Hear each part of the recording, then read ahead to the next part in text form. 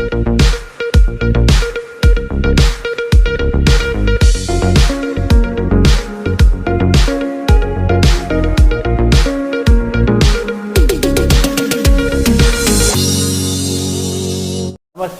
KVC news స్వాగతం. ప్రతిక్షణం సామాన్యుడి పక్షం. నేను మీ చలపతి. నేటి వార్త.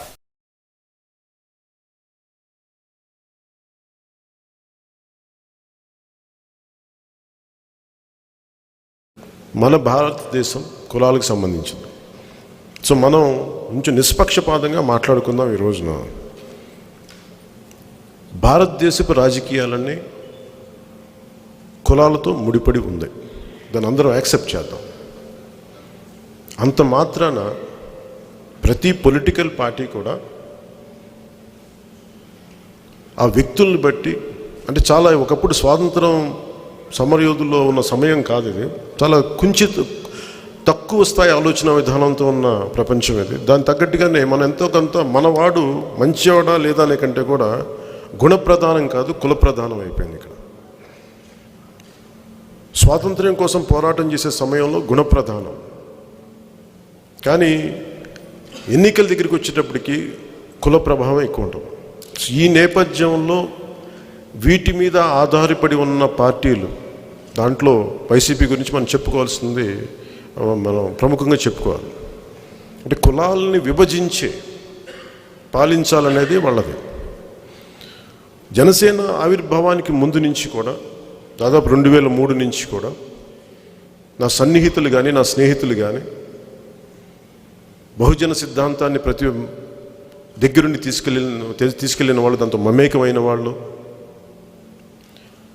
దళిత సాహిత్యంతో, దళిత వాదంతో, దళిత వెనుకబాటుతనం మీద ఉన్న నా సన్నిహితులు కానీ నా స్నేహితులు కానీ, అలాగే మిగతా అగ్రవర్ణాల్లో కూడా ఈ కరప్షన్ మీద, వీటి మీద, అసలు కులాల గొడవలు ఏంటి అనేది దీని మీద చాలా సంపూర్ణ ఉద్దేశం, అవగాహన ఉన్న స్నేహితులు, సన్నిహితులు, వీళ్ళందరినీ దృష్టిలో పెట్టుకొని చాలా దాదాపు 2.5 దశాబ్దాలు ఎక్సైజ్ తర్వాత, జనసేన అంతకుముందున్న రాజకీయ అనుభవం తర్వాత 2014లో ప్రారంభించినప్పుడు మన 7 సిద్ధాంతాలు ఒకటి కులాల ఐక్యత అనేది. ఆ కులాల ఐక్యతని ఎందుకు బలంగా ప్రతిపాదించామంటే, కుల నిర్మూలన జరగడానికంటే ముందు కనీసం కులాల ఐక్యత ఉండాలని కోరుకునేవాడు. అంబేద్కర్ గారు ప్రతిపాదించింది కుల నిర్మూలన జరగాలి అని. దానికి మొదటి అడుగే కులాల ఐక్యత. అంతేగాని ప్రతి కులాన్ని కొద్దిమంది విడతీసి, లేదా 1-2 కులాలని వాడుకుని రాజకీయాలు చేసుకుందాం అనుకున్నప్పుడల్లా ఈ రోజున సమస్యలు, ప్రతి కులాన్ని దానికి ఒక కార్పొరేషన్ పెట్టేసి, లేదంటే ఇది కొన్ని కులాలకి పరిమితం చేసే రాజకీయాన్ని, అసలు ఇవన్నీ మానేసి డబ్బు ప్రాధాన్యంగా అయిపోయిన రాజకీయాలు, దాంతో కులాన్ని ముడిపెట్టేలా చేసి, ఇది ఎప్పటికీ ఒక తెగని సమస్యలా చేసినప్పుడు, ఇలాంటి పరిస్థితుల్లో కులాల ఐక్యత కోరుకుంటూ, ఇంత యువతలో 2014లో ఇంత ఆడపడుచుల అభిమాన బలం ఉండి, కేవలం ఓట్లు ఆంధ్రప్రదేశ్ బాగుండాలి, నేను కుల రాజకీయం చేయకూడదు, నేను 10 మంది, మనందరం కూడా ఒక పని చేయాలంటే అన్ని కులాలు మన దగ్గరికి వస్తేనే మన చేతికి ఒక ముద్ద వస్తుంది, మన నోటికి ఒక ముద్ద అందుతాయి. ఎవరు డబ్బు సంపాదించాలన్నా, ఎవరు చిన్నపాటి ఉద్యోగం చేసుకోవాలన్నా చాలా కులాలు కలిస్తే కానీ ఒక పని కదలదు ఈ సమాజంలో. కానీ దురదృష్టం, ఓట్లకు వచ్చేటప్పటికి మనందరం కుల ప్రభావాలకి లోనవుతుంది సమాజం. దీన్ని దృష్టిలో పెట్టుకొని ముఖ్యంగా 2014లో ఆంధ్రప్రదేశ్ రాజకీయ విభజన సమయంలో నష్టాన్ని చూసి, ఎక్కడో చోట ఈ కుల ఘర్షణలు ఆపాలి, ఈ కుల ప్రభావితమైన రాజకీయం ఆగాలనే ఉద్దేశంతో, కలిసి పనిచేయాలనే ఉద్దేశంతో ఆ రోజున భారతీయ జనతా పార్టీ, తెలుగుదేశం పార్టీతో చేయడం జరిగింది. ఉదాహరణకి వైసీపీ నాయకుడు పెద్ద వయసున్న వ్యక్తి కాదు, 40 ఏళ్ళ చిల్లున్న వ్యక్తి, భవిష్యత్తుకు 25 ఏళ్ళు బంగారు భవిష్యత్తు చూడాల్సిన వ్యక్తి. కానీ అతను ఆ స్థాయి వ్యక్తి కూడా కూర్చొని ఈ రోజున, ఓకే, ఆయన కరప్షన్, 1,00,000 కోట్లు, వీటి గురించి మనం మాట్లాడలేదు, అందరూ అర్థం చేసుకున్నాం. అంటే కరప్షన్ ఇది పార్ట్ ఆఫ్ అవర్ లైఫ్ అని చెప్పి మనం అర్థం చేసుకున్నాం అందరం. అవుతారండి సార్. అండ్ కరప్షన్ దేశంలో సమస్య కాదు. మన దేశంలో కరప్షన్ అనేది సమస్య. పాపం ఇప్పుడు కాబట్టి ఎప్పుడు సంపాదించుకుంటారండి. ఒకసారి కూడా నేను 2014లో ఎవరో పేరు చెప్పడం ఇష్టం లేదు, కానీ ప్రస్తుతం జరిగిన విషయం ప్రస్తావిస్తాను. ఆయన కష్టపడండి, ఆయన ఏదో పెద్ద స్థాయిలో పని చేశారు. ఆయన ఏదో ఇట్లా పెడుతున్నారు, రాజకీయాల్లోకి చేయబోతున్నారు. ఆయన సొంత డబ్బు అండి పెట్టుతున్న 500 కోట్లు పెట్టబోతానని చెప్పారు నాకు. నేను అనుకున్నా ఆయన సొంత డబ్బు 500 కోట్లు ఎక్కడి నుంచి అంటే అట్లాగా నాకు లేదండి అంటే ఆయన సంపాదించుకున్న డబ్బు అంటే రాజకీయాల్లో అది నిజాయితీ అంటే రాజకీయాల్లో సంపాదించుకున్న డబ్బు నిజాయితీ పెట్టి అది నిజాయితీ అయిపోయింది ఈ రోజున. అది ఒక ప్రమాణం అయిపోయింది. అందుకని కరప్షన్ ఇంకా భారతదేశంలో సమస్య కాదు. అది నిజంగా చాలా దురదృష్టం. అందరం ఒక ఫేక్ ప్రపంచంలో బతుకుతాం. అందరం కరప్షన్ తోటి వచ్చిన వ్యక్తులు ఈ రోజున ఏసీబీని కంట్రోల్ చేస్తారు. ఒక ట్రాఫిక్ కానిస్టేబుల్ దురదృష్టం కదా. ఒక మన ఏమంటుందని కనీసం లోక్సత్తా జయప్రకాష్ నారాయణ గారు లేదంటే కనీసం కేజ్రీవాల్ మాట్లాడితే మనం అర్థం చేసుకుంటాం. మనకి బాధ్యత నిజాయితీ గల ఆఫీసర్లు రాజకీయాల్లోకి వచ్చారు. కరప్షన్ ఛార్జెస్ మీద వెళ్ళిన వ్యక్తులు ఏసీబీని మేము కంట్రోల్ చేస్తాం. నాకు చాలా హాస్యాస్పదంగా ఉంటుంది. ఒక ఆఫీసర్ లంచం తీసుకుంటుంటే మేము సస్పెండ్ చేస్తామని అన్నమాట. ఈ రోజున కూడా ముఖ్యమంత్రి ఒక యాప్ చేశారు, ఎక్కడైతే లంచాలు ఉన్నాయో చెప్పండి అంటే నాకు అనిపించింది ఫస్ట్ నేను మీకే అడ్రస్ కొడితే మీరే లంచం తిన్నాను చెప్పాలనిపించింది. హాస్యాస్పదంగా లేదు. ఇసుకలు అడ్డగోలుగా దోచేస్తాం. మీ మీద మీరు చేస్తున్న ఇసుక అక్రమాలకి మేము ఈ కరప్షన్కి మేము ఎవరికి ఏ యాప్కి చెప్పాలో చెప్పండి. అంటే ఇలాంటి కరప్షన్ పాతుకుపోయిన ఈ సమాజంలో స్టిల్ ఓకే వి అండర్స్టూడ్. దాని మెజారిటీ ప్రజలు కూడా ఆమోదించేశారు. బాధ, దురదృష్టకరం. బాధతోటి ఏమీ చేయలేక మనమేమో నిజాయితీగా బతకాలి, అవినీతితోటి దాడులు చేసేవాడి పాలనలో మనం ఉండాలి. అది ఇతరాన్ని కాదు, రేపు పొద్దున భవిష్యత్తులో ఇంకేమైనా రావచ్చు, వీళ్ళు కావచ్చు, ఎవరైనా కావచ్చు. ఇది సగటు ఈ దేశ పౌరుడిగా నాకు ఇబ్బంది. అది జనసేన మూల ఆవిర్భావానికి కారణం కూడా క్రిమినలైజేషన్ ఆఫ్ పాలిటిక్స్. రాష్ట్ర విభజన జరిగిన తర్వాత అంటే ఎందుకు చెప్తుండడానికి చిన్న ఒక ముందు కొంచెం వెనక్కిపోతున్నాను. రాష్ట్ర విభజన జరగడానికి చాలాసార్లు ఆంధ్రులు ఇలా చేసేశారు, ఆంధ్రులు దోపిడీ వాళ్ళు, ఆంధ్రులు దోపిడీదారులు ఇలా చెప్పి 10 సంవత్సరాలు దశాబ్దం పాటు తిట్టు తిట్టలేదు. అంత తిట్టారు అందరినీ. ఇందులో ఎక్కడ ఆంధ్ర ప్రాంత ప్రజలకు ఎక్కడ సంబంధం ఉంది చెప్పండి? తెలంగాణ ప్రాంతానికి నీళ్లు ఇవ్వాలా లేదా దీని ప్రజలకు సంబంధం లేదు. It's Andhra policy makers, Andhra politicians. మీరు చేసిన తప్పుకి లేదంటే తెలంగాణకు అన్యాయం జరుగుతుంటే అప్పుడు మాట్లాడని అప్పటి తరం తెలంగాణ రాజకీయ నాయకులు మీ అండర్స్టాండింగ్, మీ తప్పులకి వచ్చే తరం ప్రజలు మీరు ఇబ్బంది పెట్టారు. నిజాయితీగా వారి పనులు వాళ్ళు చేసుకునే వాళ్ళు ఇబ్బంది పెట్టారు. ఇది చాలా బాధ కలిగించేది. అంటే నేను అందుకే ప్రజలు వేరు పాలకులు వేరు అనేదాని ఉద్దేశం దీన్ని చెప్పడానికి. అలాగా వైసీపీ నాయకత్వం డబ్బులు సంపాదించుకుంటున్నారు.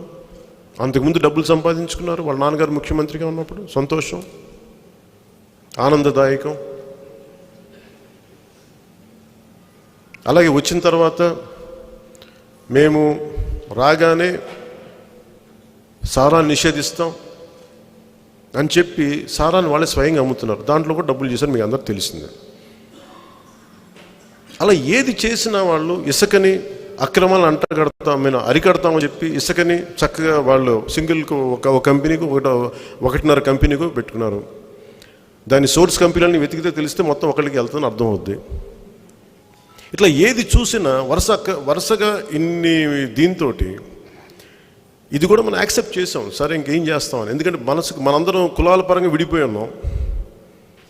మనకు జరుగుతుంటే అన్యాయం మనం కూపస్థ మండూకల్లాగా అలాగా మన బావిలో కూర్చొని ఒక కప్పలాగా మనం కూర్చొని చూస్తాం, మనం ఏం చేయలేక. ఇలాంటి పరిస్థితుల్లో ఇంకా దిగజారిపోయి కోనసీమ అంటే ఒక పచ్చని సీమ. అది తెలంగాణలో నా సన్నిహితులు నా మిత్రులు చెప్పేది, మీకేంటి కోనసీమ ఉందంటారు. మీకు ఏమంటుందో తూర్పు గోదావరి జిల్లాలు ఉన్నాయంట. అందరూ ఇట్లా అని ఆఖరికి ఈ రోజున కోనసీమ బగ్గుని రగిలిపోయింది ఈ రోజున. దీనికి ఏ కారణం లేదు. పూర్తిగా ఇది వైసీపీ చాలా పగడ్బందీగా ప్లాన్ చేసి ఈ గొడవలు రేపి ఇందాక నేను అన్నమాట బహుజన సిద్ధాంతానికి ఇది దాడిగా ఎందుకు నేను చెప్పానంటే, గత 2.5 దశాబ్దాలుగా అధికారం రాని కులాలన్నీ కలిపి ఎంబీసీలు కానీ, బీసీలు కావచ్చు, కాపులు కావచ్చు, సెట్టిబల్జలు కావచ్చు, యాదవ సమూహాలు కావచ్చు, గౌడ సమూహాలు కావచ్చు, మత్స్యకార సమాజం కావచ్చు, మైనారిటీ ముస్లిం వర్గాలు కావచ్చు, వీళ్ళందరూ కలిపి ఏకం కావాలి, రాజకీయ దిశానిర్దేశాన్ని మీరు దీంట్లో బలంగా ఉండాలని చెప్పేది మనకి బహుజన సిద్ధాంతం. సో దీంట్లో భాగంగా ఎవరన్నా సరే అలాంటి సమీకరణాలు జరుగుతూ ఉంటే మటుకు దీని మీద దాడి చేస్తాం. ఇప్పుడు కూడా పొలిటికల్గా ఇది 1-2 ఉంటాయి, కానీ ఈ స్థాయిలో చాలా కుట్రపూరితంగా వైసీపీ నాయకులు బీసీల మీద, ముఖ్యంగా సెట్టిబల్జుల మీద దారుణంగా తిట్టడాలు, దాడి చేయించడాలు, ఇవన్నీ బహుజన ఐక్యతకి దాని మీద జరిగే దాడిగా మేము చూస్తూ ఉన్నాం. అలాగే ఒక్క కులం మీద రాజకీయం చేయలేం. ఒక్క కులం మీద అన్ని కులాలు వేస్తేనే ఈ రోజున వైసీపీ ఉంది. ఈ రోజున పూర్తి కాపులు, నిజంగా అందరూ అనుకున్నట్టుగానే పూర్తిగా కాపులు 100% జనసేనకి వేసునంటే ఈరోజు అసలు గొడవ జనసేన ఉండేది ఈ రోజున అధికారంలోకి. అలా వేయలేదు కాబట్టి కదా ఈ రోజున మీకు ఈ వైసీపీ ఉంది ఈ రోజున. అంటే ప్రతి ఒక్కరు కూడా అలాగే సెట్టిబల్జీలు కూడా చాలా బలంగా వేశారు. వాళ్ళందరూ కూడా స్టాండర్డ్గా ఎప్పుడు కూర్చోబెట్టి దానికి టీడీపీ లేదా కాంగ్రెస్ వెళ్తున్న సెట్టిబల్జీలు కూడా ఈ రోజున వైసీపీకి వేశారు మన 2019 ఎలక్షన్స్లో. అలాగే జనసేనకు కూడా ఒక సర్టెన్ % బలమైన ఎస్సీ ఓట్ బ్యాంక్ మాలలు కానీ మాదిగలు కానీ జనసేనకి వేశారు. నిలబడ్డారు నాయకులు ఈ రోజున. మనకి అది మెజారిటీ ఒక పక్షం తీసుకొని ఉండొచ్చు, అది చాయిస్. అది అంటే మనకు వచ్చిన ఓట్లో కూడా ఎంతో కొంత ఓట్లు అన్ని కులాల నుంచి వచ్చినాయి. అలాగే మన వైసీపీకి వచ్చిన ఓట్లు కూడా మిగతా కులాలు అన్ని కులాల నుంచి వచ్చినాయి, ఒక్క కులం నుంచి రాలా. ఒక రెడ్డి సామాజిక వర్గమో లేదంటే ఒక ఎస్సీ సామాజిక వర్గం నిలబడితేనే ఈ రోజున వైసీపీ లేదు. కాపులు వేశారు. కమ్మవారు నిజంగా వేయకపోతే ఈ రోజున ఈ అమరావతిలో వాళ్ళు ఎలా గెలుస్తారు? సో కమ్మవారు వేశారు, మిగతా అన్ని కులాలు వేశారు. అన్ని కులాలు వేసిన తర్వాత ఇలా కూర్చోబెట్టి చాలా దిగజారుడుతనంగా ఈ రోజున కోనసీమలో గొడవలు పెట్టి, నేను ముందు నుంచి చెప్తాను, వీఆర్ అంబేద్కర్ గారి పేరు పెడతానంటే అదే అసలు నేను అది ఇష్యూ కానీ మేము ఆలోచించలేదు మొదటగా. మాకు ఆ దృష్టిలో కూడా లేదు. ఎందుకంటే నేను దామోదరం సంజయ్ గారు మేము ప్రతిపాదించినప్పుడు నేనే అందుకనే హెడ్ చెప్తాను ఎప్పుడు. నేను అభ్యంతరాలు ఉంటే బయటకు వస్తే దాన్ని ఎలా హ్యాండిల్ చేయొచ్చు అని. నిజంగా అంబేద్కర్ గారి మీద ఎవ్వరికీ అగౌరవం ఉండదు. అసలు ఆయనకి అందరూ గౌరవించే మనుషులు. మరి ఎందుకు వచ్చింది గొడవ అంటే ఇది అంబేద్కర్ గారి ఇష్యూ కాదు. ఇక్కడ స్థానికంగా వైసీపీలో ఉండే 2 వర్గాల మధ్య గొడవ ఈరోజు పెద్ద గొడవగా అయిపోయి దానిని వైసీపీ ఈరోజున ఈ స్థాయికి తీసుకెళ్ళిపోయి వాళ్ళ మంత్రిని కూడా బాధితుని చేసేసారు ఆయన, విశ్వరూప్ గారిని. ఏ స్థాయికి మన నాయకులు మీరందరూ చెప్తా ఉంటే చాలా బాధ వేస్తుంది. క్రిమినల్ ఎలిమెంట్స్ లేకుండా ఒక ఇల్లు తగలబెట్టడం ఎలా సాధ్యపడుద్ది? 4:30-6 గంటల వరకు కూడా అక్కడ మనకి ఈ ఫైర్ ఇంజిన్స్ రాకపోవడం అండి. ఆ ముందు నుంచి కూడా నాకు అంతకుముందు 2 days ముందే చెప్పారు నాకు, ఇట్లా కొంచెం ఉద్రిక్తంగా ఉందని. ఏం ఉద్రిక్తంగా ఉంటుంది? పేరు కొంతమంది అపోజ్ చేస్తాను జనరల్గా ఉంటుంది కదా మండలంలో. మనం ఉదాహరణకి మనకి డిస్ట్రిక్ట్ హెడ్ క్వార్టర్స్ మార్చాలనే మండలని అట్లా ఆ స్థాయి కూడా అనుకున్నాం. ఎవ్వరు కూడా దాన్ని గుర్తించడానికి ఒకసారి చూద్దామని. కానీ ఇంటెలిజెన్స్కి తెలుసు, స్టేట్ ఇంటెలిజెన్స్కి తెలుసు, ఇది సెంట్రల్ ఇంటెలిజెన్స్ నిఘా వర్గాలు కూడా హెచ్చరించినాయి స్టేట్ ఇంటెలిజెన్స్ని. ఆ విషయం కూడా నా దృష్టిలోకి వచ్చింది. ఇన్ని తెలిసి కూడా నిర్దాక్షిణ్యంగా గొడవలు జరుగుతూ ఉంటాయి. ఉదాహరణకి మనం ఆ రోజున మనకి కాకినాడ గొడవ అప్పుడు 144 సెక్షన్ విధించారు. వాళ్ళు అన్నందుకు మనందరం వెళ్ళామని చెప్పి గొడవలు జరుగుతాయి. ఆ రోజు కూడా అదే చెప్పాను, నేను గొడవలు చేసే వ్యక్తులం కాదు. మీరే అకారణంగా కొట్టారు, మీరే తిట్టారు. ఎందుకు తిడుతున్నామంటే మళ్ళీ మా ఆడపడుచుల మీద మీరు కొట్టారు. మీరు నిర్దాక్షిణ్యంగా దాడి చేశారు. మేము మర్చిపోలేము ఆ బాధ. మేము రెచ్చగొట్ల ఒక మాట అనలా. అధికారం మతం ఎక్కి మీరు అన్నారు ఆ మాటలు. ఒళ్ళు బలిసి అన్నారు ఆ మాటలు మీరు. అయినా నిగ్రహించుకున్నాం. ఏం మాట్లాడుతాం సార్, ఇంకేం చేస్తామని. ఇది రౌడీ మోక, గుండాలు గుంపు ఇదని చప్పట్లు కొట్టచ్చు. దీనికి మీరు ఆలోచించండి. వైసీపీ అది రౌడీల మోక, గుండాలు గుంపు. అది ఎవడు మాట్లాడి అరుస్తారు. మాటలతోటి పద్ధతిగా మాడలేదు. ఒకేసారి అరవటం తప్ప వాళ్ళకి మాట్లాడటం మర్చిపోయారు వాళ్ళు. నేను చాలాసార్లు ప్రతిసారి నా నమ్మకం ఏంటంటే 90 సంవత్సరాలు శాంతియుతంగా ప్రయత్నిస్తాం, తగ్గుతాం. ఇంకా సహనాన్ని పరీక్షించే ఎవరికి చేయకండి, తప్పది. అసలు సంబంధం లేని మా జనసేన జన సైనికులు మీరు అరెస్ట్ చేస్తారండి. అసలు మీరు దాని సంబంధం లేదు అసలు ఆ గొడవల్లో. మా దుర్గేష్ గారు జిల్లా అధ్యక్షులు, అసలు ఇలాంటి గొడవలకి మీరు దయచేసి మీరు లోను కావద్దని చెప్పిన వ్యక్తి ఆయన. నన్ను అర్థం చేసుకునే వ్యక్తులు కూడా ఇలాంటి ఎంకరేజ్ చేసే వ్యక్తిని కాదని తెలుసు. ఏదైనా సరే ప్రజాస్వామ్యబద్ధంగానే మనకు హక్కు ఉంది, దాని ప్రకారం మనం తెలియజేస్తాం, మన నిరసనని తెలియజేస్తాం. ఇలా చెప్పిన వాడిని తీసుకెళ్ళి నెల రోజులు గడువిస్తామని చెప్పారు.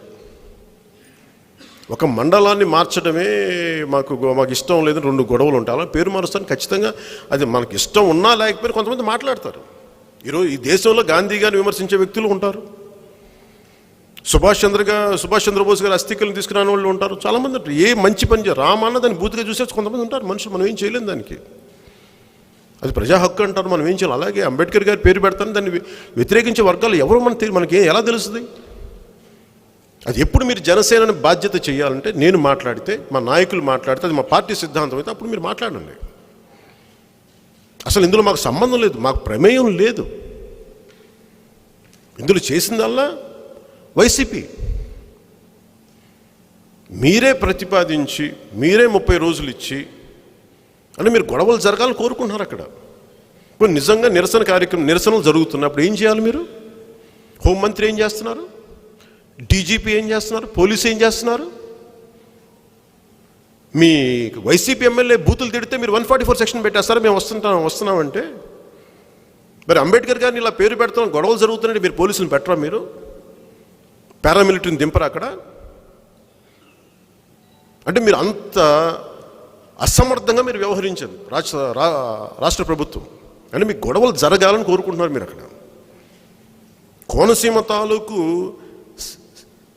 చక్కటి వాతావరణం కలుషితం చేయాలని మీరు కంకణం కట్టుకున్నారు మీరు. అంతే. మీరు చాలా బాధ కలిగింది ఇది. దీనివల్ల జనసేనకి ఏదో జరిగిపోద్ది అని వైసీపీ నాయకులు భ్రమపడితే అది మీ తెలివి తక్కువతనం. ఎందుకు చెప్తున్నానంటే నేను కులాలని కలిపేవాడిని, కులాలను విడదీసేవాడిని కాదు. నేను మీరు మా మీద ఎంత రుద్దాలనుకున్నా మాకు అంటుకోదు అది. దయచేసి ఆ విషయం మర్చిపోకండి. ఈ రోజున వైఎస్ఆర్ కాంగ్రెస్ అంటే అది యువజన శ్రామిక రైతు కాంగ్రెస్. ఈ రోజున కోనసీమలో ఉన్న అన్ని కులాల మధ్య యువజనుల మధ్య గొడవ పెట్టేస్తుంది. చాలా బాధ వేస్తాయి. మా నాయకులు కూడా అదే చెప్తాను. నేను ఇలాంటి సందర్భం సార్ మనం బయట ఏమంటారు, కూర్చోబెట్టి ఒక బయట ఇది చాలా అడ్వాంటేజ్ అని అంటారు. నేను ఎప్పుడు అలాంటివి తీసుకోను. కులాల మధ్య గొడవ పెట్టి, మతాల మధ్య చిచ్చు పెట్టి దాన్ని లబ్ధి పొందాలంటే సమాజం విచ్ఛిన్నానికి మనం దాంట్లో బాధ్యత వహించి నిజంగా చాలా బాధ్యత. అలాంటి పనులు జనసేన చేయదు. అవసరంతో అడుగు వెనక్కేస్తాం తప్ప సమాజం ఐక్యత కోరుకునే వాళ్ళం మేమందరం. దాని దిశగానే అడుగులు వేస్తున్నాం. ఈ రోజున వైసీపీ అనేది యువజన శ్రామిక రైతు కాంగ్రెస్. యువజనులకి ఉద్యోగాలు లేవు, శ్రామికులకి ఉపాధి లేవు, రైతులకి గిట్టుబాటు ధర లేని కాంగ్రెస్ అది.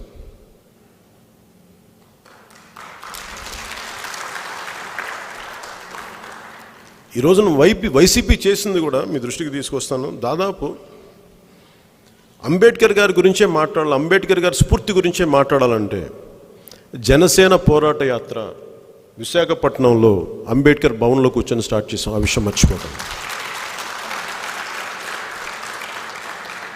మా లీగల్ సెల్ పేరు అంబేద్కర్ లీగల్ సెల్. అంబేద్కర్ గారిని మెచ్చుకుంటే ఓట్లు పడతాయి అని కూడా నేను అనుకోవట్లా. నాకు అంబేద్కర్ గారు అంటే గౌరవం, ఇష్టం ఉంది. ఎందుకంటే ఆయన గొప్పతనం చదువుకుంటేనే అర్థమవుతాయి. కేవలం కొన్ని స్పీచ్లు చదువుతాను. ఆయన గొప్పతనం కాన్స్టిట్యూయెంట్ అసెంబ్లీ డిబేట్స్లో ఆయన గురించి చదివితే అర్థమవుతాయి. ఈ రోజున కాశ్మీర్ కూడా ఆర్టికల్ 370 ఈరోజు ఈ స్థితిలో తిరిగి రాయగలిగింది, ఇండియాకి తీసుకురాగలిగామంటే దానికి మూలం అంబేద్కర్ గారు చేసిన ఒక్క మాట, టెంపరీ అని ఒక మాట యాడ్ చేసినందుకు ఈ రోజున భారతదేశ ప్రభుత్వం తీసుకురాగలిగింది. అంత దూరదృష్టి గల గొప్ప ఆయన. సో ఆయన్ని ఏ రోజు కూడా ఆయన చేసిన ఆయన ఈ దేశం తాలూకు గొప్ప లక్షణమే ఆయన గుర్తించడం. ఈ దేశం ఎంత గొప్ప దేశం అంటే గాంధీ గారితో ఆయన విభేదించినా కానీ, గాంధీ గారు స్వయంగా అంబేద్కర్ లాంటి మహామేధ ఉండాలి ఈ రాజ్యాంగ సభలో, రాజ్యాంగ నిర్మాణానికి కీలక పాత్ర వహించాలని ప్రతిపాదించిన. అందుకని ఈ దేశంలో విభేదాలు ఉంటాయి, వ్యక్తికి విభేదాలు ఉంటాయి. కానీ అంత మాత్రాన దేశ నిర్మాణానికి పనికొచ్చే వ్యక్తులను ఎప్పుడు విస్మరించిన సమాజం ఇది భారతదేశపు మూల లక్షణం. మనకి పాకిస్తాన్కి తేడా, జోగేంద్రనాథ్ మండల్ ఆయన పాకిస్తాన్కి, మన ఎంతమందికి తెలుసో నాకు తెలియదు కానీ ఈరోజు మీ దృష్టికి తీసుకొని జోగేంద్రనాథ్ మండల్ అనే ఆయన మన అంబేద్కర్ లాగా దళిత వర్గాలకు చెందిన వ్యక్తి. ఆయన మొట్టమొదటి పాకిస్తాన్ లా మినిస్టర్. ఆయన ఈ రోజున మన ఎవరికి గుర్తులేదు, ఎందుకంటే ఆయన పాకిస్తాన్ ప్రభుత్వం గుర్తించలే. ఆయన ఇదే చేశారు. మేము ఆ రోజున కూడా దళితులందరికీ పాకిస్తాన్ వల్ల న్యాయం జరుగుద్ది అని చెప్పి ఆయన పాకిస్తాన్ పక్షం వహించి ఈస్ట్ బెంగాల్, ముఖ్యంగా బెంగాల్లోని కొన్ని ప్రత్యేక జిల్లాలు కానీ ఈ రోజున మనకి బంగ్లాదేశ్లో కలపడానికి ఆయన మూల కారణం. ఆయన చేస్తే చివరికి ఏం చేశారు పాకిస్తానీస్, అక్కడున్న ఈ రోజున ఇప్పుడు బంగ్లాదేశ్ అప్పుడు పాకిస్తానీస్ ప్రభుత్వాలు ఆయన కళ్ళ ముందే ఆయన గ్రామంలో ఆయన కుటుంబాలని ఆయన తెలిసిన వాళ్ళందరినీ చంపేసి దాడులు చేస్తే ఇంక తట్టుకోలేక ఆయన పాకిస్తాన్ లా మినిస్టర్ కలకత్తాకు తిరిగి కాందీసికుడిగా బతికి 1968లో చనిపోయారు ఆయన అక్టోబర్లో. అంటే పాకిస్తాన్కి మనకి అంటే ఈ దేశం నాయకులు ఈ దేశం తాలూకు మూల లక్షణమే అణగారిన వర్గాలని గౌరవించడం. అందుకని అంబేద్కర్ గారి నెత్తిన మీద పెట్టుకున్నాం, మనం గుండెల్లో పెట్టుకున్నాం. అలాంటి వారసత్వం పుణికి పుచ్చుకున్న మేము మా మీద ఇలాంటి నిందలు వేయటం వైసీపీ మానుకోవాలి.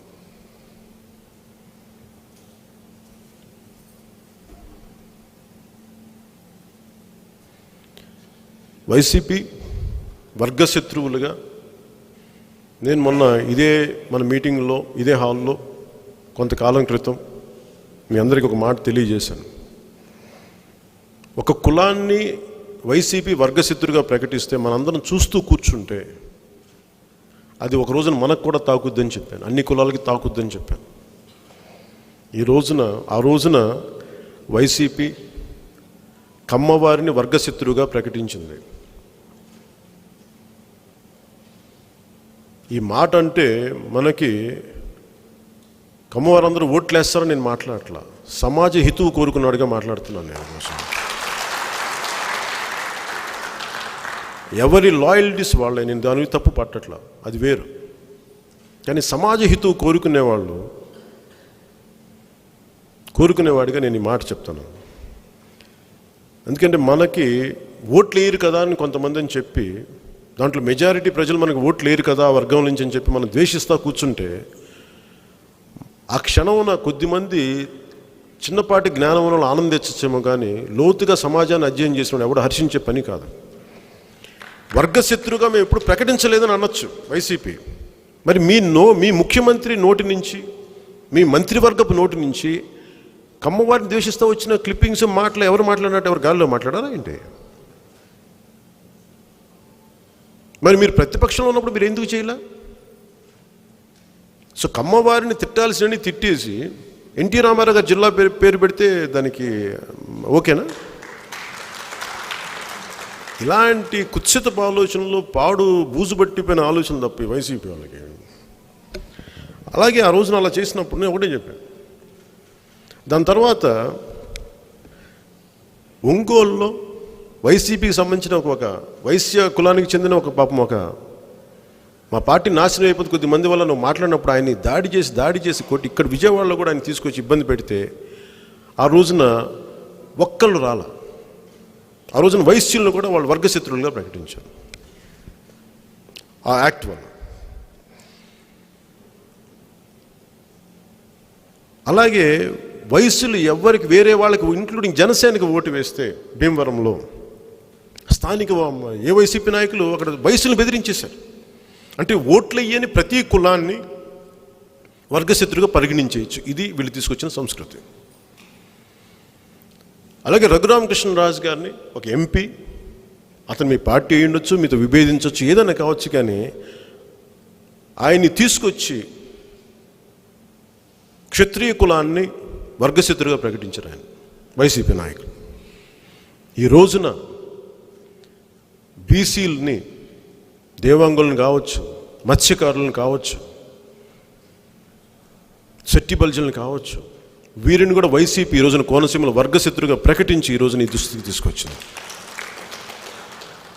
దీంట్లో కాపులందరూ జనసేన వైపు ఉన్నారనే ఉద్దేశంతో, నాకు ఉన్నారో లేదో నాకు ఎవరు చెప్పలేదు, కాపులంతా మన వైపు ఉన్నా నాకు ఎవరు చెప్పలేదు ఇప్పుడు దాకా. అది ఎలక్షన్ రోజున తెలుస్తుంది.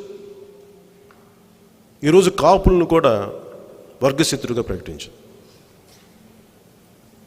దీనివల్ల అందుకు నేను అన్నది ఏంటంటే, అందువల్ల ఇవన్నీ చూసిన తర్వాత ఒక్క రోజులోనో నేను కోనసీమ అల్లర్ల తర్వాత ఈ మాట అనలేదు. నేను ఇంటర్వ్యూలో చిట్చాట్లో మాట్లాడుతూ ఉభయ గోదావరి జిల్లాలు వైసీపీ మర్చిపోవచ్చు, మీరు ఇక్కడి నుంచి మిమ్మల్ని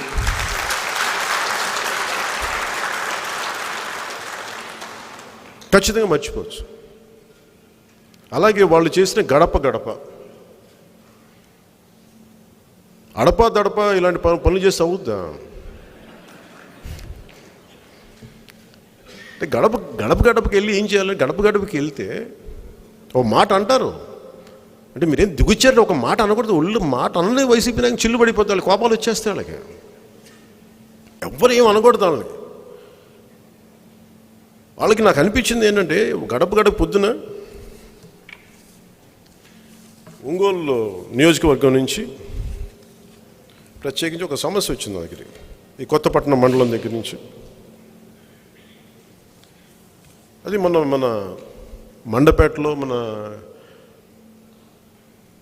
మండపేటలో మన రైతుల సమస్యకు సంబంధించి, అలాగే స్థానిక తూర్పుగోదావరి జిల్లాలో రైతుల గిట్టుబాటు ధరకు సంబంధించి. అంటే గడప సమస్య ఒకవైపు కోనసీమ తగలబడిపోతూ ఉంటే వీళ్ళు గడప ప్రోగ్రాం పెడతారు. అది ప్యాక్ట్, అది కూర్చొని సాధించేసిన వాళ్ళలాగా అందరు మంత్రులు అందరూ కూర్చొని బొత్స గారు మాట్లాడితే ఒక మాట అర్థం కాదు ఆయన మాట్లాడితే.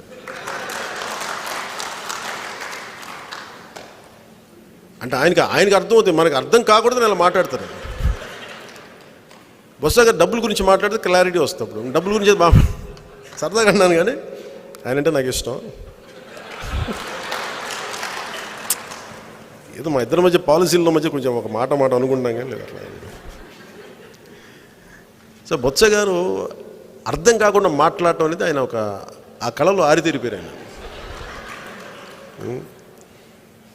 సో బొత్స గారి నాయకత్వంలో బీసీలు, ఎస్సీ, ఎస్టీ వర్గాలు కూర్చోబెట్టి ఆంధ్రప్రదేశ్ని ఎంతో అభివృద్ధి చేశామనేది పథకాల గురించి చెప్తామంటే ఒకవైపు కోనసీమ తగలబడిపోతా ఉంది.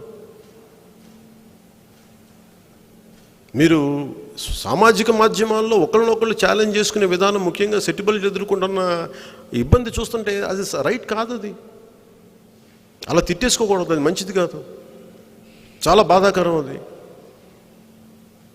ఎవరు ఎన్నైనా తిట్టుకోండి, ఇబ్బంది లేదు. కానీ నా విన్నపం ప్రతి ఒక్కరికి, మీరు విభేదించండి, ఏదైనా చేసుకోండి, కానీ ఒక విమర్శ వచ్చినప్పుడు మీరు దయచేసి ఆడబిడ్డల ప్రస్తావన తీసుకురావద్దు. నా విన్నపం ఇది మీకు.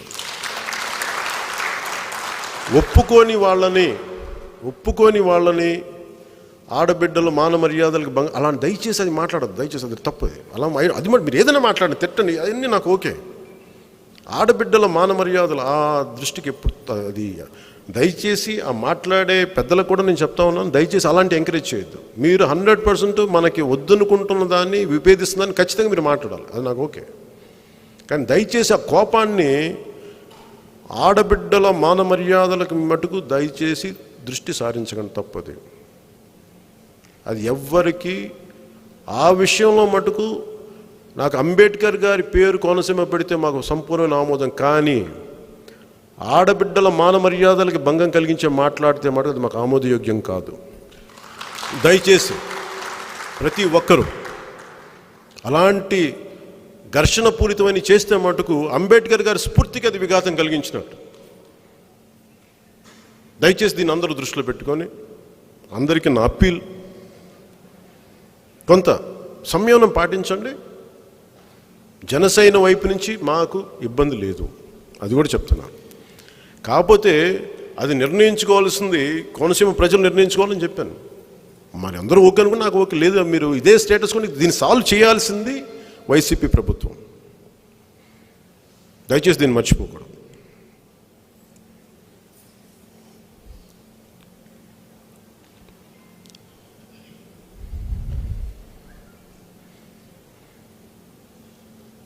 నా ప్రతిపాదన ముఖ్యంగా తూర్పుగోదావరి జిల్లా నాయకులకి, పెద్దలు మనోహర్ గారికి, నాబాబు గారికి, మా జనరల్ సెక్రటరీస్కి, ముఖ్య రాష్ట్ర నాయకులకి, మీరందరూ ఒక ఆలోచనకు వచ్చి కోనసీమ జిల్లా తాలూకు ఈ ప్రభావం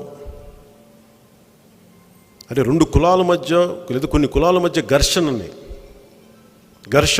దయచేసి దీన్ని నివారించేలాగా, అందరి కోపతాపాలు తగ్గించేలాగా కొంత శాంతి కమిటీలు మీరు వేయాలని నేను కోరుకుంటున్నాను సార్, ముఖ్యంగా తూర్పుగోదావరి జిల్లాలో. కంటే నేను మన పార్టీలో ఉన్న ఎస్సీ నాయకులందరూ కూడా ప్రత్యేకించి నేను విన్నవించుకుంటా ఉన్నా. విజయ్, మీరు, రాజ్బాబు గారు, డిఎంఆర్ శేఖర్ గారిని, పెద్ద మొత్తం మిగతా నాయకులందరూ కూడా మిగతా వాళ్ళందరితో కలిసి అసలు ఒక శాంతి ప్రయత్నాలు చేయండి. ఒకటి, అంబేద్కర్ గారి గొప్పదనం తెలియజేయండి. మనం ప్రయత్నించి ప్రభుత్వాన్ని అడగబోయే ముందు మనం ఏం చేయాలనుకున్నాం, ముందు అసలు శాంతి ప్రయత్నాలు మొదలు పెట్టండి. కోపతాపాలు తగ్గించమని చెప్పండి. వివాదాల్లోకి భౌతిక దాడులు ఒకటి, అలాగే ఆడబిడ్డల మీద మాన మర్యాదల మీద సంబంధించే మాటలు, వీటన్నిటిని దయచేసి అందరూ ఆఫ్ చేసుకోమని చెప్పండి.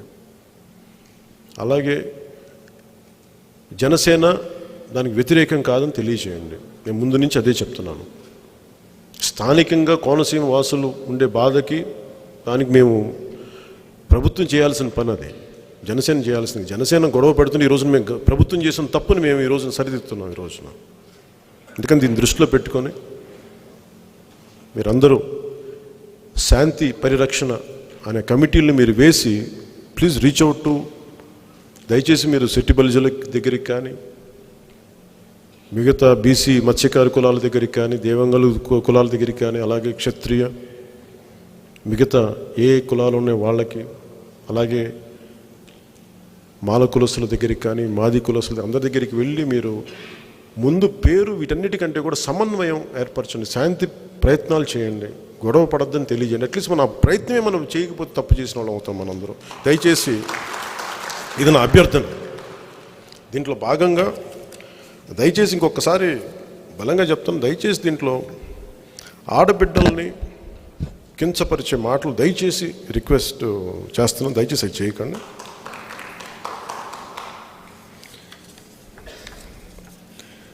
అలాగే వచ్చే ఎన్నికలకి మొన్న నేను మాట్లాడింది, నెక్స్ట్ పొత్తుల గురించి మాట్లాడదాం.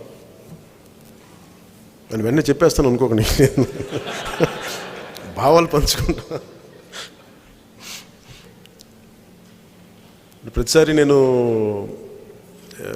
మన జర్నలిస్ట్ సోదరులందరూ మాట్లాడుతుంటారు, మీడియా సోదరులందరూ మీరు ఎప్పుడు బీజేపీ గురించి మాట్లాడిన ఎందుకు నవ్వుతారు అది అంటే, నాకు నిజంగా ఏంటంటే మీరు మా స్నేహం చెడిపోవాలని కోరుకుని అది మేము ఒకళ్ళకి కనిపిస్తుందని చెప్తా ఉంటాం. మాకు బీజేపీకి చాలా బాగుంది, మరి ఎందుకు ఇద్దరు కలిసి పనిచేయట్లేదని అంటారు. నాకు ఈ కరోనా వల్ల సోషల్ డిస్టెన్సింగ్ వచ్చింది. ఆ సోషల్ డిస్టెన్సింగ్ కరోనా తగ్గిపోయింది, ఆ సోషల్ డిస్టెన్సింగ్ కూడా తగ్గిపోద్ది. కాదు దానికోసం ముందు ఇప్పుడు మేము ముందుగా రేపు నాకు వేరే కార్యక్రమాలు ఉండటం వల్ల నేను రేపు హాజరు కాలేకపోతున్నాను. కానీ ముందు అనుకున్న పనుల వల్ల బీజేపీ నేషనల్ అధ్యక్షులు, జాతీయ అధ్యక్షులు నడ్డా గారు వస్తున్నారు. ఆయనకి ఆ మనస్ఫూర్తిగా నా అభినందనలు తెలియజేస్తున్నాను. సో ఎవరన్నా మాట్లాడితే రేపు పొద్దున మీరు లేరు అని అంటే అవన్నీ బాగున్నాయి, కానీ ప్రస్తుతం ఉన్న నా ప్రీవియస్ కమిట్మెంట్స్ వల్ల అది కూడా ఏంటంటే మనందరం కలిపి సమన్వయపరిచి ఎలా ముందుకెళ్ళాలని ఒక బలమైన ఒక రోడ్ మ్యాప్ వచ్చిన తర్వాత అప్పుడు ముందుకెళ్దాం దీన్ని తీసుకెళ్ళి. ఈ లోపు మేము మన 2-3 పర్యాలు నేను కూడా జాతీయ స్థాయి నాయకులతో మాట్లాడటం జరిగింది. మాట్లాడినప్పుడు కూడా వారికి తెలియజేసింది కూడా రాష్ట్రంలోని శాంతి భద్రతలు ఎలా క్షీణించినాయి, అభివృద్ధి ఎలా ఉంది, అప్పులతో ఎలా ముంచేశారు, పోలవరం ఎలా ఆగిపోయింది, రైతులకి రుణాలు గిట్టుబాటు ధర లేక ఎలా సతమతం అవుతుంది, ఇవన్నీ చాలా వరుసగా చెప్పుకుంటూ వచ్చాను. ఈ ఎక్స్చేంజ్ జరిగింది మా ఇద్దరి మధ్య. సో మీకు ఏమవుతుంది బీజేపీ ఫ్రంట్ అని మీకు ఏదైనా ఆలోచన ఉంటే అది మీకు నేను తెలియజేస్తా ఉన్నాను. అలాగే ఓటు చీలకూడదు మిగతా పార్టీలతోటి అని అంటే చంద్రబాబు గారు చెప్పినట్టుగా అది ఏమంటుందండి, వన్ సైడ్లో పోయి చెప్పారా?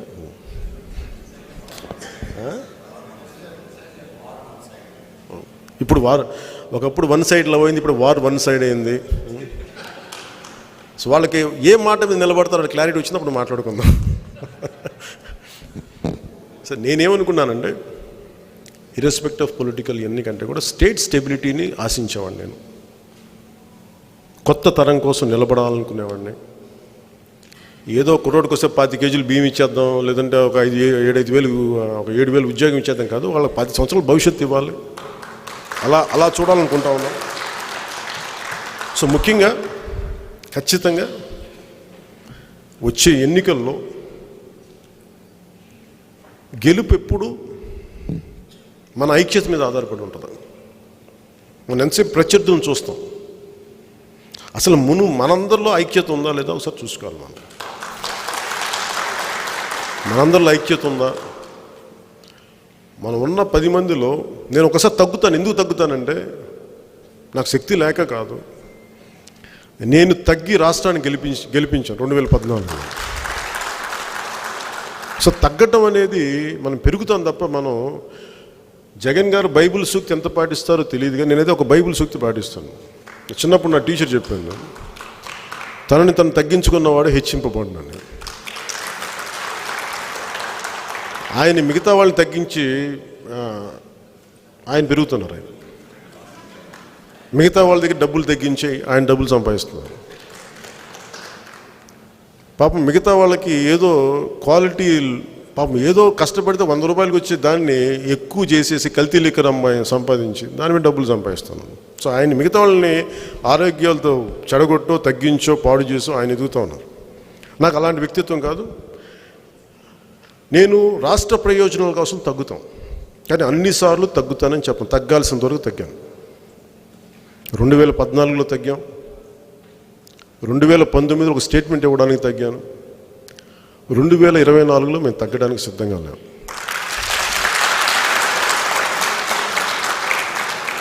ఈ మాట కూడా ఎందుకు అంటున్నానంటే చాలామంది ఇందాక మా నిన్న నుంచి మాట్లాడుతూ ఉంటే భారతీయ జనతా పార్టీ నాయకులు మిమ్మల్ని ముఖ్యమంత్రి అభ్యర్థిగా ప్రకటిస్తారంటే నా ముఖత ఎవరు చెప్పలేదు. జాతీయ నాయకులు చెప్తే నేను మీకు తెలియజేస్తాను. అంతే పేపర్లో చూసి బేస్ చేసుకుని నేను మాట్లాడలేనని నిన్న పాత్రికేయ మిత్రులతో కూడా తెలియజేస్తాను. అదే ఆ విషయం కూడా మీకు తెలియజేసుకుంటాను. అన్నిసార్లు తగ్గాం, ఈసారి మిగతా వాళ్ళు తగ్గితే బాగుంటుందని నా కోరిక.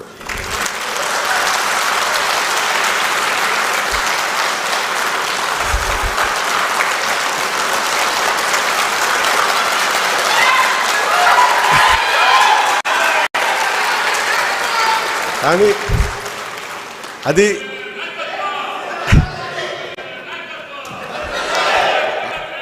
అలాగే అంటే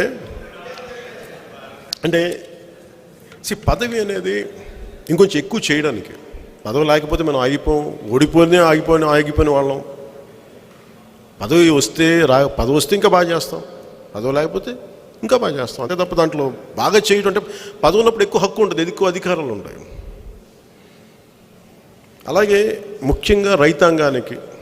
అందుకని భవిష్యత్తు పొత్తు ఎలా ఉండాలంటే మనం తగ్గాల్సినంతకాలం తగ్గాం, స్టేట్ ఇంట్రెస్ట్లను కాపాడుతూ వచ్చాం.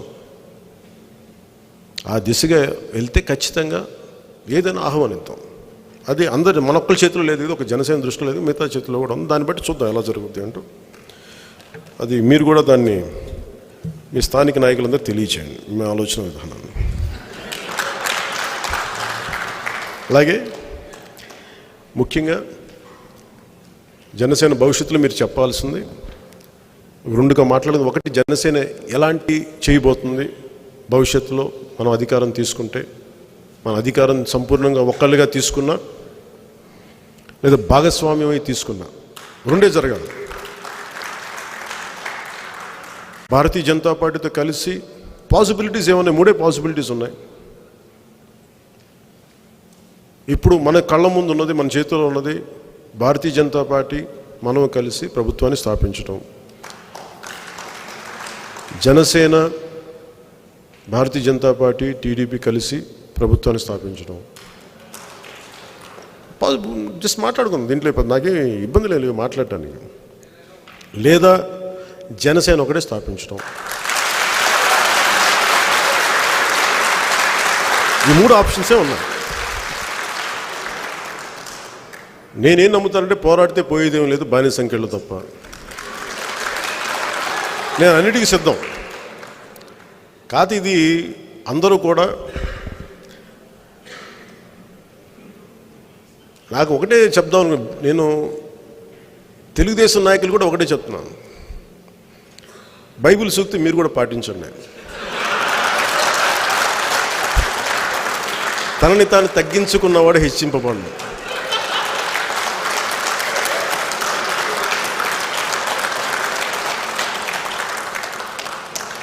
మేము ఎప్పుడు తగ్గే ఉంటాం. ఈసారి ప్రజలు గెలవాలని నేను కోరుకుంటున్నాను. సో పొత్తులకు సంబంధించి సరదాగా అన్నాయి, కొంచెం లైట్ వేలో మాట్లాడింది. దయచేసి దీన్ని ఇక్కడితో తీసుకోండి, దీన్ని మరి గుండెల్లో తీసుకొని గొడవలు పెట్టుకోకండి. అలాగే ముఖ్యంగా రైతుకి చాలా బాధ వేస్తూ ఉంది. రైతుకి కాకినాడలో కానీ, రాజమండ్రిలో కానీ, మండపేటలో కానీ, మనం ఎక్కడికి వెళ్ళినా రైతులకి అండగా నిలబడాలని. ఎప్పుడు ఒక అన్నం తింటుంటే, ముద్ద అన్నం తింటుంటే ఇప్పుడు రైతు గుర్తుకొస్తారు నాకు. అలాంటి రైతుకి అండగా ఉండటానికి మేము ఏం చేయాలి? ఇందాక శివశంకర్ గారు కూడా మాట్లాడుతుంటే, అప్పుడు దిండిలో మనం పెట్టుకున్న ప్రోగ్రామ్ కౌలు రైతులకు సంబంధించి ఎప్పటి నుంచో నేను ఉన్నది కూడా నాకు గుర్తొచ్చింది. సో ఎప్పుడో ఒక ఆలోచన మెదిలి ఈ రోజున ఒక 5 కోట్ల రూపాయలు నా వంతు వ్యక్తిగతంగా నేను కూర్చోబెట్టి ఈ రోజున కౌలు రైతులకి ఇస్తా ఉన్నాం మన వంతు కృషికి. అలాగే వాళ్ళ బిడ్డలు కానీ, చదువుకు కానీ ఎంతో కొంత మనందరం కలిసి ఒక నిధిలాగా ఏర్పాటు చేసి దాని వంతులు సగం డబ్బు నేను ఇచ్చేలాగా ఈ దిశగా మనం ముందుకెళ్తా ఉన్నాం. సో వచ్చే కార్యక్రమం మనం ప్రకాశం జిల్లాలో పెట్టుకున్నాం. ముఖ్యంగా మేము అనుకున్నది జనసేనకు వచ్చేటప్పటికి దాని వివరాలు మొత్తం మీకు మన నాయకులు ఇస్తారు కొద్ది రోజుల తర్వాత. ధరల స్థిరీకరణ నిధితో పాటు రైతులకి లాభసాటిగైన వ్యవహారం ఉండాలి. ముందుగా రైతుకి లాభసాటిగా ఉండాలి అంటే, ఇందాక పొద్దున్న నేను ఒంగోలు నియోజకవర్గం నుంచి వచ్చినప్పుడు ఈ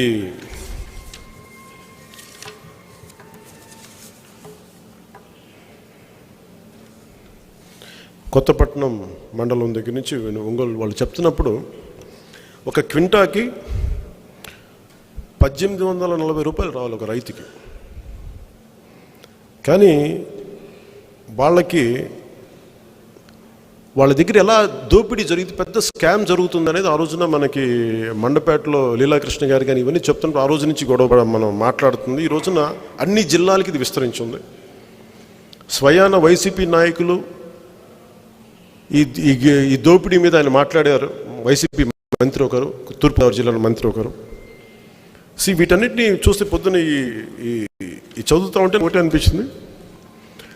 1840 రూపాయలు ఒక క్వింటా ధాన్యానికి బస్తాకి రావాల్సి వస్తే అది paddy procuring centre, Rythu Bharosa కేంద్రంకి వెళ్ళి అమ్మాలి అంటే వాళ్ళు ఏం చెప్తున్నారంటే మాకు ఈ డబ్బులు ఇంకా ప్రభుత్వం నుంచి ఆర్డర్ రాలేదు, మేము కొనలేము అని చెప్పి వాళ్ళని డిస్కరేజ్ చేసి ఒకవైపు పంట కుళ్ళిపోతూ ఉంటుంది, పంట కొయ్యలేరు. అలా ఉంటున్న పరిస్థితుల్లో వాళ్ళు తెగ్గొట్టి ఇబ్బంది పెట్టి వాళ్ళని మిల్లర్లకి చేసేస్తున్నారు. సో మిల్లర్లకి రావాల్సిన కమిషన్ మిల్లర్లకి వెళ్ళిపోతుంది, వీళ్ళకి రావాల్సిన 150 రూపాయలు, వీళ్ళకి రావాల్సిన ట్రాన్స్పోర్టేషను వీళ్ళ కమిషన్ వీళ్ళకి వచ్చేస్తుంది. దీనిని మన నేషనల్ ఫుడ్ కార్పొరేషన్ ఆఫ్ ఇండియాకి అమ్మడానికి దానికి వాళ్ళకి అమ్ముతుంది ఇక్కడ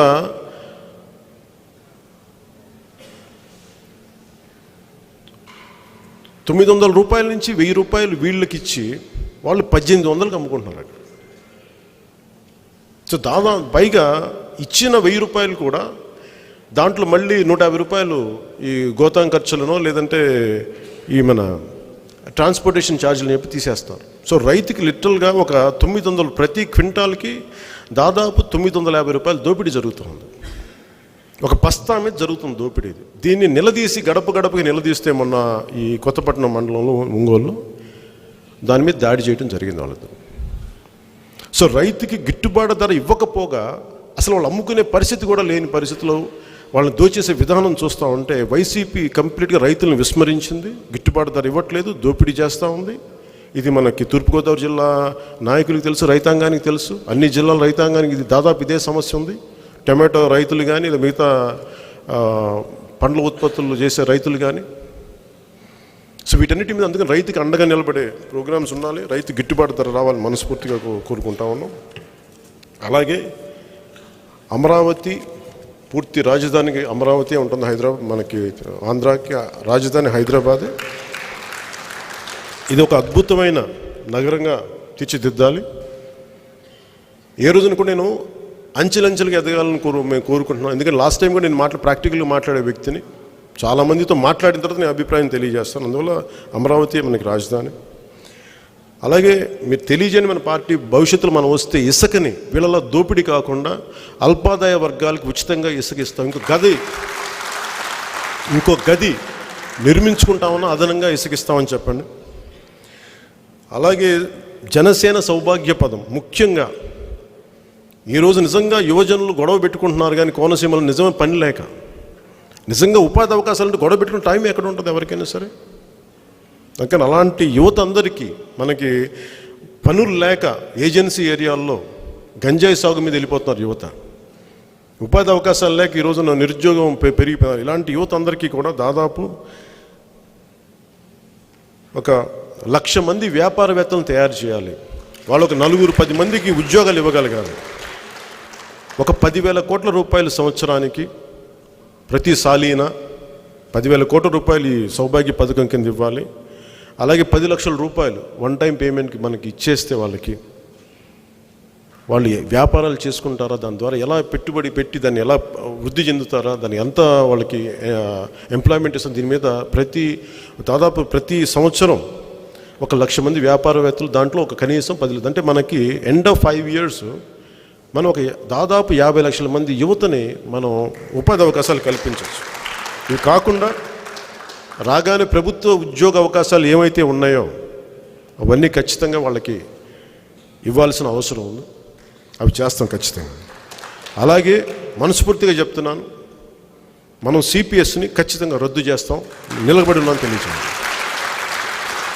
చాలామంది దీన్ని హర్షించకపోవచ్చు, భయపడవచ్చు. నేను ఒకటి చెప్తున్నాను, చెప్పండి ఎలా సాధిస్తారని ఎవరు మాట్లాడితే, మీరు 1,00,000 కోట్లు దోపిడీకి మీకు తెలివితేటలు ఉన్నప్పుడు మేము సిపిఎస్ రద్దు చేయడం అది తెలివితేటలు ఉన్నాయని చెప్పండి, నేర్చుకుంటాం. అలాగే వ్యవసాయం అనేది గిట్టుబాటు ధరగా ఉండాలి, దానికి రైతాంగానికి అండగా నిలబడతాయి. ఎలా ఒకటే మీరు ఎలా నిలబడతారని ఒకటే చెప్పండి. మాకు సంబంధం లేకుండా బాధ్యత మేము తీసుకొని మరి కౌలు రైతులకి ఈరోజు మా సొంత నిధుల నుంచి ఇస్తున్నాం, అదే మా పెట్టుబడి, అదే మా నమ్మకం. మీరు ఇది నమ్మని చెప్పండి, మాటలు చెప్పం, చేస్తామని చెప్పండి. అన్నిటికంటే కూడా పారిశ్రామికరణ, పరిశ్రమలు రావాలి, డావోస్కి వెళ్ళిపోయి కోట్లు వేసుకొని, అది బ్లూ కోట్లు కావచ్చు, ఎర్ర కోట్లు కావచ్చు, ఏ కోట్లైనా వేసుకొని నాకు ఇబ్బంది లేదు, కానీ సంతోషం. కానీ ఇవి కోట్లు వేసుకున్నంత మాత్రాన పెట్టుబడులు రావాలని ఏం లేదు. నిజంగా ఆంధ్రప్రదేశ్ ఇక్కడ లా అండ్ ఆర్డర్ బలంగా ఉండి పొలిటికల్ స్టెబిలిటీ ఉంటే వెతుక్కొని వస్తారు విదేశాల నుంచి. మనం డావోస్కి వెళ్ళి ఈ మన ఎగ్జిబిషన్ హాల్స్లో కూర్చున్నట్టుగా ఇలా కూర్చొని ఎవరు వస్తారో ఏదైనా మధ్య మా స్టేట్కి రండి అంటే ఏం చేస్తారు మీ స్టేట్కి వచ్చి? నేను కోనసీమలో ఫ్యాక్టరీ పెట్టాలని వస్తాను. నేను ఎక్కడ, నేను ఏమంటాను, ఒక డెన్మార్క్ వ్యక్తిని నేను. Hi sir, hi, how you man? Good man, I want to invest in your country man. Sir నేనేం చేస్తాను కొద్ది రోజుల తర్వాత, sir Konaseema is very good sir, ఇక్కడ మన మంత్రులు ఎవరు అమ్ముతారు సార్, Konaseema is very good sir, it's very nice place to invest sir అంటే. Okay good, I'm going to invest in some kind of something related to coconut. ఇల్లు చూస్తే వాడు నెట్లో చూస్తారు కదా కోనసీమలో ఏం జరుగుతుందో, పెట్టుబడి వస్తాయి మరి దానికి. డావోస్ దాకా వెళ్ళి అదానీ గారితోనూ మన అరవిందో వాళ్ళతోనూ లేదంటే గ్రీన్ కోతో చేయడానికి వాళ్ళు ఇక్కడ విజయవాడలో చేసేస్తారు. ఇది కూర్చోండి. దీనికి ఫ్లైట్ ఖర్చులు, స్పెషల్ ఫ్లైట్ ఖర్చులు, ఒక వారం రోజుల్లో అక్కడ పార్క్ చేసి ఉండటం, ఇదంతా మనం మొయ్యాలి. 1,20,000 కోట్లు తీసుకొచ్చి దానికి 1,20,000 కోట్లకి మళ్ళీ అదనంగా మళ్ళీ వచ్చినప్పుడు కదా అవన్నీ. అదానీ గారి ప్రేమతో ఇక్కడే చేస్తారు. దానికి అదానీ గారిని పాపం డావోస్లో ఎందుకు ఇబ్బంది పెట్టడం, ఆయన ఇక్కడే చేస్తారు కదా. అలా కాకుండా నేను కోరుకుంటుంది, జనసేన వైపు నుంచి మనం కోరుకుంటుంది, మనకి పొలిటికల్ స్టెబిలిటీ కానీ ఇవ్వగలిగితే ఇది స్థిరంగా ప్రభుత్వం ఉంటుంది. ఇది దోపిడీ చేయని ప్రభుత్వం, లంచాలు అడగని ప్రభుత్వం, ఉద్యోగుల్ని భద్రత కల్పించే ప్రభుత్వం, యువతకి అండగా నిలబడే ప్రభుత్వం, రైతులకి భరోసా ఇచ్చే ప్రభుత్వం, ఆడబిడ్డల మానప్రాణ సంరక్షణలకి బాధ్యతనిచ్చే మన సంరక్షణ తీసుకునే ప్రభుత్వం, ఆడబిడ్డల్ని వాళ్ళని వ్యాపారవేత్తలుగా చేసే ప్రభుత్వం, వాళ్ళ సొంత కాళ్ళ మీద నిలబడగల డబ్బులు సంపాదించగలిగే ప్రభుత్వం ఆడబిడ్డల మీద. అలాంటి ప్రభుత్వం ఇచ్చినప్పుడు పెట్టుబడులు పరిగెత్తుకొని ఆంధ్రప్రదేశ్కి వస్తాయి. అలా చేద్దాం, నేను అది నమ్ముతాను. అందుకని ఇది మనం సాధించినప్పుడు పెట్టుబడులు బలంగా వస్తాయి. అందుకని ఈ విధంగా మన ఆలోచన ఉంది. నిలబడదాం. ఒకటే కోరిక, బయట వారిని తిట్టబోయే ముందు, వైసీపీ నాయకులను తిట్టబోయే ముందు, ఏ పార్టీ నాయకులు అనుకో ముందు మనలో ఐక్యత ఉండాలి. పాలిటిక్స్లో మాట అనుకుంటాం. ఇందాక మన నాగబాబు గారు చెప్పినట్టుగా 2014 ఆయన నేను ఏకీపించలేదు, నాకు విభేదించారు ఆయన. మరి ఈరోజు వచ్చి కూర్చున్నాం కదా పక్కనే. అంటే ఒక తల్లికి పుట్టిన అన్నదమ్ములకే విభేదాలు ఉంటాయి. నేను అనుకున్న కోణం ఆయన చూడలేదు, ఆయన అనుకున్న నా కోణం ఆయన చూడలేదు, నేను ఆయన చెప్తున్న కోణం నేను చూడదలుచుకోలేదు. కానీ మేమిద్దరం కూర్చున్నాం, ఎక్కడో ఒక కామన్ అండర్స్టాండింగ్ వచ్చాం. అలాగే ఒక సొంత ఇంట్లో మా ఇద్దరి మధ్య ఇంత అంతరం, ఇంత విభేదం, ఇంత ఐక్యత కలిసి ఉన్నప్పుడు విభిన్నమైన కులాలు, విభిన్నమైన జాతులు, మనం భాషలు మాట్లాడతాం, మనకి ఎందుకు అంతరాలు ఉంటాయి. కానీ వీటన్నిటిని దాటుకొని మనందరం ఒక కామన్ ప్లాట్ఫామ్ కోసం, ఆంధ్ర అనేది మనది, ఇది మన నేల, ఇది తెలుగు వాళ్ళం మనం, తెలంగాణ మన నేల. అందుకని అలాంటి దాంట్లోనే నేను ఉత్తరాంధ్రలో కానీ ఏమైనా దయచేసి దాని కొంచెం భావోద్వేగాలు తగ్గించుకోండి కొద్దిగా. మీ అందరికంటే నాకు ఆవేశం ఎక్కువ ఉంటుంది. ఎంత ఆవేశం లేకపోతే నేను పాలిటిక్స్కి వస్తాను చెప్పండి, మీరు ఆలోచించండి. ఎంత కడుపు మండకపోతే పాలిటిక్స్కి వస్తాను ఇన్ని ఎదిరించి. కానీ మన దీర్ఘకాలికంగా మన సమస్యల మీద కోపం చిన్న చిచ్చుబుడ్లాగానో లేదా సీమ్ టపాకాలో పేలిపోతే అలా అవ్వదు. మీరు ఒక అణుబాంబులా ఉండాలి మార్పు కోసం. ఆ అణుశక్తి ఎలా ఉంటుంది, దాన్ని చేస్తే దాని న్యూక్లియర్ ఎనర్జీలకు 10 మందికి వెలిగిస్తుంది. లేదంటే అణుబాంబు వేస్తే పోద్ది. అలాగే మీరు మనం కూర్చోబెట్టి ఎక్స్ప్లోజివ్ డిస్ట్రక్టివ్ ఎనర్జీకి అవ్వద్దు మనం దయచేసి. ఈ రోజున మన నాయకులందరినీ 90% జన సైనికులు, ఆడపడుచులు, వీర మహిళలు జనం చేసేసారు. ఈ రోజున 10% మనం చేయాలి. ఇందా నాగబాబు గారు చెప్పినట్టు, నాగబాబు గారికి ఆ వ్యక్తులు చెప్పినట్టుగా దయచేసి దీన్ని దృష్టిలో పెట్టుకొని మీ అందరికీ మనస్ఫూర్తిగా గొడవలు లేకుండా ఉంటాయి మాట్లాడుకుందాం. బయట అరుచుకోండి, ఒకసారి ఒక భావోద్వేగాలు అణుచుకోలేరు, తిట్టుకొని ఏం పర్లా. కానీ వచ్చి మళ్ళీ సేకరించుకుని మిలాకా తీసుకోండి. మనం పాకిస్తాన్ వాళ్ళు తిట్టుకొని మాట్లాడుకోవట్లా, మనం తుపాకులు పెట్టి కాల్చుంటారు మన వాళ్ళు పాకిస్తాన్. మళ్ళీ మన సోల్జర్స్ వాళ్ళ సోల్జర్స్ మిఠాయిలు మంచుకుంటారు. రంజాన్కి మంచితే వాళ్ళు దీపావళికి ఇస్తారు మనకి. శత్రు దేశాల సైనికుల మధ్య అంత ఉన్నప్పుడు మన మధ్య అసలు ఎందుకు గొడవలు ఎందుకు? దాన్ని దయచేసి కొంచెం పెద్ద మనసుతో అందరూ తీసుకెళ్ళి ఈ గొడవ ఈ కోపం వైసీపీ వాళ్ళని చూపించడం మన మీద ఉంది. సో ప్రతి ఒక్కరికి ఇందాక నేను చెప్పినట్టుగా తనను తాను తగ్గించుకున్న హెచ్చింపబడడం, ఇది అందరి శబ్దం. జై హింద్, జై జనసేన.